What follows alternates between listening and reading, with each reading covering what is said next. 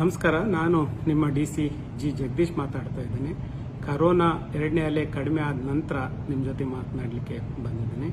ಬಹಳ ಮುಖ್ಯವಾಗಿ ಸರ್ಕಾರ ನಮ್ಮ ಜಿಲ್ಲೆಗೆ ನಿರ್ಬಂಧವನ್ನು ಸಡಿಲ ಮಾಡಿದೆ.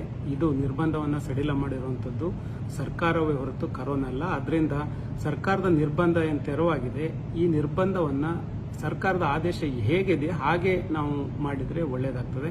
ನಾನು ಈಗಾಗಲೇ ನೋಡ್ತಾ ಇದ್ದೀನಿ, ಕೆಲವರು ನಿರ್ಬಂಧಗಳನ್ನು ಮಿಸ್ಯೂಸ್ ಮಾಡುವಂಥದ್ದು ಆಗ್ತಾ ಇದೆ. ಯಾರು ಮಿಸ್ಯೂಸ್ ಮಾಡ್ತಾರೆ ಅದರಿಂದ ಸಾರ್ವಜನಿಕರು ಎಲ್ಲರಿಗೂ ಸಹ ತೊಂದರೆ ಆಗ್ತಾ ಇರೋದನ್ನು ನಾವು ನೋಡ್ತಾ ಇದ್ದೀವಿ.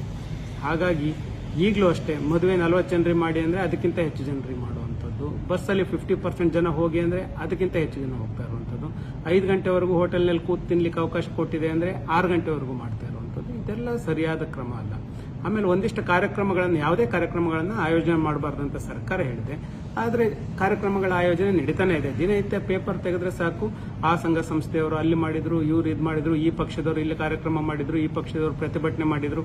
ಇವೆಲ್ಲಕ್ಕೂ ಎಲ್ಲಿದೆ ಪರ್ಮಿಷನ್? ಎಲ್ಲಿದೆ? ಯಾರು ಪರ್ಮಿಷನ್ ಕೊಟ್ಟಿದ್ದಾರೆ? ಪರ್ಮಿಷನ್ ಕೊಡ್ಲಿಕ್ಕಾದ್ರೂ ಅವಕಾಶ ಯಾರಿಗಿದೆ? ಜಿಲ್ಲಾಡಳಿತಕ್ಕೆ ಅವಕಾಶ ಇಲ್ಲ ಅಂದಮೇಲೆ ಇನ್ಯಾರು ಪರ್ಮಿಷನ್ ಕೊಟ್ಟಿರ್ತಾರೆ? ಈ ತರದ್ದೆಲ್ಲ ಕಾರ್ಯಕ್ರಮಗಳನ್ನು ಆಯೋಜನೆ ಮಾಡುವಂತವರು ಸಾರ್ವಜನಿಕರ ಜೀವನದಲ್ಲಿ ತೊಂದರೆ ಕೊಡಲಿಕ್ಕೆ ಆಗ್ತಾ ಇದೆ ಅನ್ನುವಂಥ ಮನೋಭಾವ ಎಲ್ಲರಿಗೂ ಬರ್ತದೆ. ಆಮೇಲೆ ಕಾನೂನು ಸಣ್ಣವರಿಗೆ ದೊಡ್ಡವರಿಗೆ ಎಲ್ಲರಿಗೂ ಒಂದೇನೆ.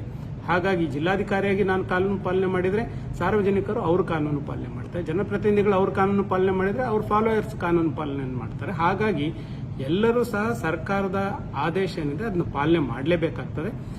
ಈಗ ನಾನು ಬಹಳ ಸ್ಪಷ್ಟವಾಗಿ ಹೇಳಲಿಕ್ಕೆ ಹೊರಟಿರುವಂಥದ್ದು, ಯಾರು ಕಾರ್ಯಕ್ರಮಗಳನ್ನು ಆಯೋಜನೆ ಮಾಡ್ತಾರೆ, ಅನುಮತಿ ಇಲ್ಲದೆ ಕಾರ್ಯಕ್ರಮಗಳನ್ನು ಆಯೋಜನೆ ಮಾಡ್ತಾರೆ, ಅಂಥವರು ಯಾರೇ ದೊಡ್ಡವರಾದರೂ ಸಹ ಖಂಡಿತ ಕ್ರಮವನ್ನು ಜರುಗಿಸ್ತೀವಿ. ಹಾಗಾಗಿ ಮುಂದಿನ ದಿನಗಳಲ್ಲಿ ಯಾರೂ ಸಹ ಕಾರ್ಯಕ್ರಮವನ್ನು ಆಯೋಜನೆ ಮಾಡಬಾರ್ದು.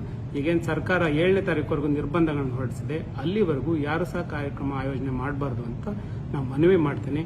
ಮನವಿಗೂ ಸಹ ಯಾರು ಬೆಲೆ ಕೊಡೋದಿಲ್ಲ, ಅಂಥವರ ವಿರುದ್ಧ ಕಠಿಣ ಕ್ರಮವನ್ನು ಜರುಗಿಸ್ತೀವಿ. ನಮ್ಮ ಈಗಾಗಲೇ ಎಲ್ಲ ಅಧಿಕಾರಿಗಳಿಗೆ ಸೂಚನೆಯನ್ನು ಕೊಟ್ಟಿದ್ದೀನಿ, ಪೊಲೀಸ್ ಇಲಾಖೆ ಅಧಿಕಾರಿಗಳಿಗೆ ಸೂಚನೆ ಕೊಟ್ಟಿದ್ದೀನಿ. ಯಾರು ಉಲ್ಲಂಘನೆ ಮಾಡಿ ಕಾರ್ಯಕ್ರಮ ಆಯೋಜನೆ ಮಾಡ್ತಾರೆ ಅಂಥವ್ರ ಮೇಲೆ ಕಠಿಣವಾಗಿ ಕ್ರಮ ಜರುಗಿಸಬೇಕು.